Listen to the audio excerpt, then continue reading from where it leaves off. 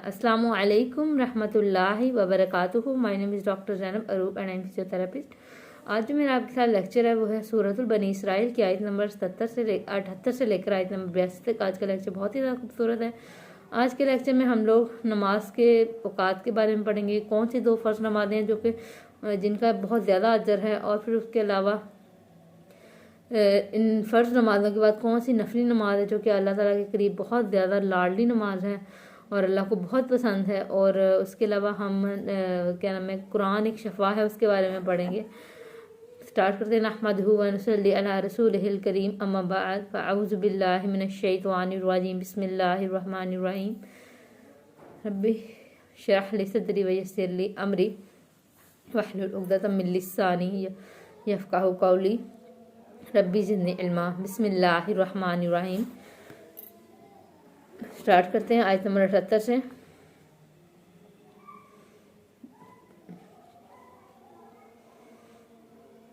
और कायम कीजिए नमाज ढलने के वक्त, मतलब ढलने के वक्त सूरज के।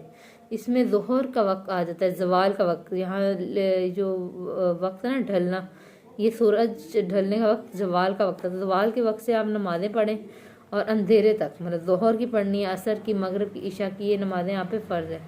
और रात तक, अंधेरे रात तक नमाज़ें पढ़ें और कुरान पढ़े फजर का, मतलब कुरान और उसके अलावा फ़जर का लहदा जिक्र है और फजर के साथ कुरान का ज़रूर जिक्र है। फजर की नमाज में नबी करम सल्लल्लाहु अलैहि वसल्लम अपनी तिलावत बहुत लंबी किया करते थे, क्योंकि फजर की नमाज में कुरान पढ़ने का बहुत हुक्म है। तो नबी करम सल्लल्लाहु अलैहि वसल्लम इतनी लंबी तिलावत करते थे और इतनी लंबी नमाज पढ़ते थे कि सहाबा कराम कहते हैं कि अंधेरा होता था और जब हम नमाज शुरू करते थे और थोड़ा थोड़ा दिन निकलना शुरू हो जाता था, और कि जब हम नमाज अभी पढ़ रहे होते थे, मतलब इतनी लंबी नमाज आप सल्लल्लाहु अलैहि वसल्लम पढ़ते थे और बहुत लंबी किरात कर किया करते थे फजर की नमाज में। और फजर और असर की नमाज के वक्त फरिश्तों की तब्दीली होती है। फजर के वक्त सुबह के फरिश्ते आते हैं और शाम के फरिश्ते वापस जाते हैं, और असर के वक्त शाम के फरिश्ते आते हैं और सुबह के फरिश्ते वापस जाते हैं। तो जब फजर और असर में इंसान नमाज़ पढ़ता है तो वो अल्लाह के हजूर जाके, अल्लाह की बारगाह में जाके अल्लाह ताला से जाके अल्लाह ताला पूछते हैं मेरा बंदा क्या कर रहा था। तो वो अपने अल्लाह को बताते हैं कि अल्लाह मैं जब गया तब भी वो बंदा नमाज़ पढ़ रहा था, और जब मैं आया तब भी वो बंदा नमाज़ पढ़ रहा था। इसलिए फ़जर और असर की नमाज बहुत लाजम है। और बेशक कुरान फ़जर का, अब अलहदा भी जिक्र कर दिया कि कुरान फ़जर का, मतलब फ़जर में कुरान पढ़ने का बहुत ज़्यादा हुक्म है। और फ़जर का कुरान गवाही देगा हमें क़यामत वाले दिन, हमारी। और बेशक कुरान फ़जर का है, हाजिर किया गया।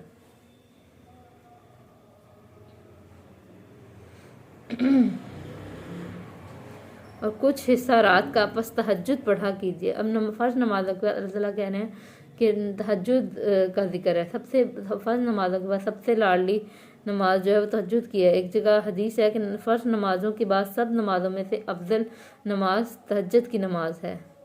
और एक रवायत है कि गुनाहों के मिटने और गुनाहों से बचने का ज़रिया क्या नाम है, बचने का ज़रिया है ये तहज्जुद। और एक हदीस है कि तहज्जुद पढ़ा करो क्योंकि ये तुमसे पहले सालहीन की रविश थी और अल्लाह के कुर्ब का ज़रिया है।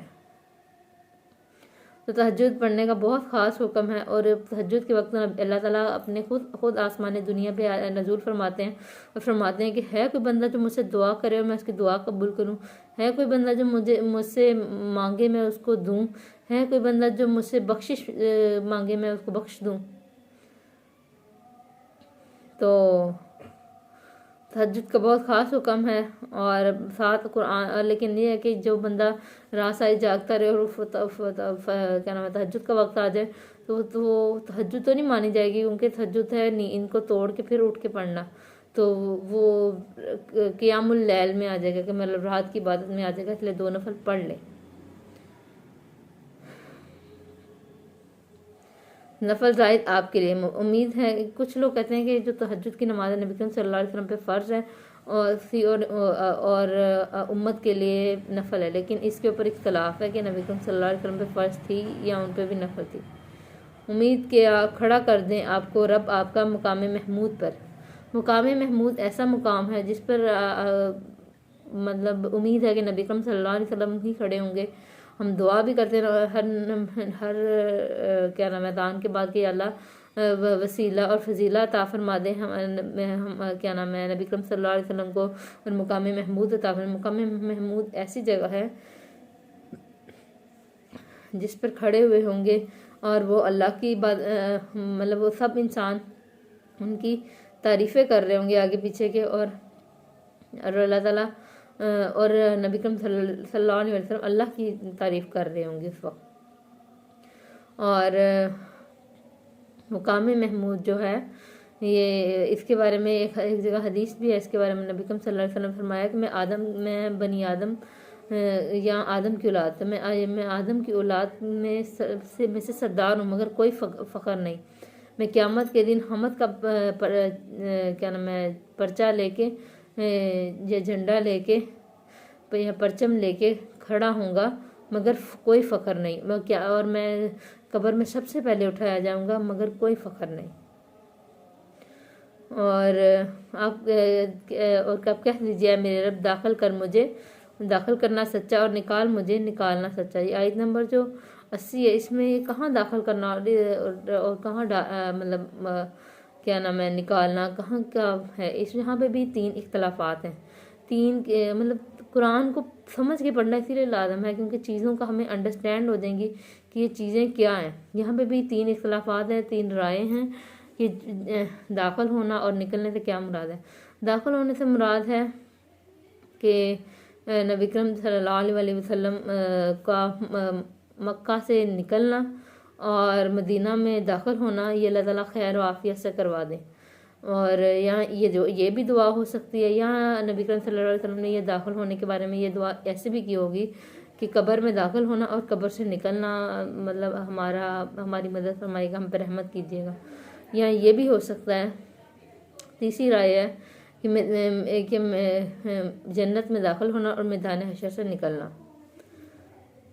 तो ज़्यादा राय हैं जो हैं वो हिजरत के बारे में कि नबी अकरम सल्लल्लाहु अलैहि वसल्लम का मक्का में से निकलना और मदीना में दाखिल होना। तो कह दीजिए कि मेरे रब दाखिल कर मुझे दाखिल करना सच्चा और निकाल मुझे निकालना सच्चा, और बना दे मेरे लिए अपने पास एक कुव्वत मददगार। नबी अकरम सल्लल्लाहु अलैहि वसल्लम ने ये दुआ की थी और उनकी दुआ कबूल हुई, और फिर अल्लाह ताला ने उनको कुव्वत मददगार और सल्तनत अता फरमाई और बहुत ज़्यादा कामयाबी दी, और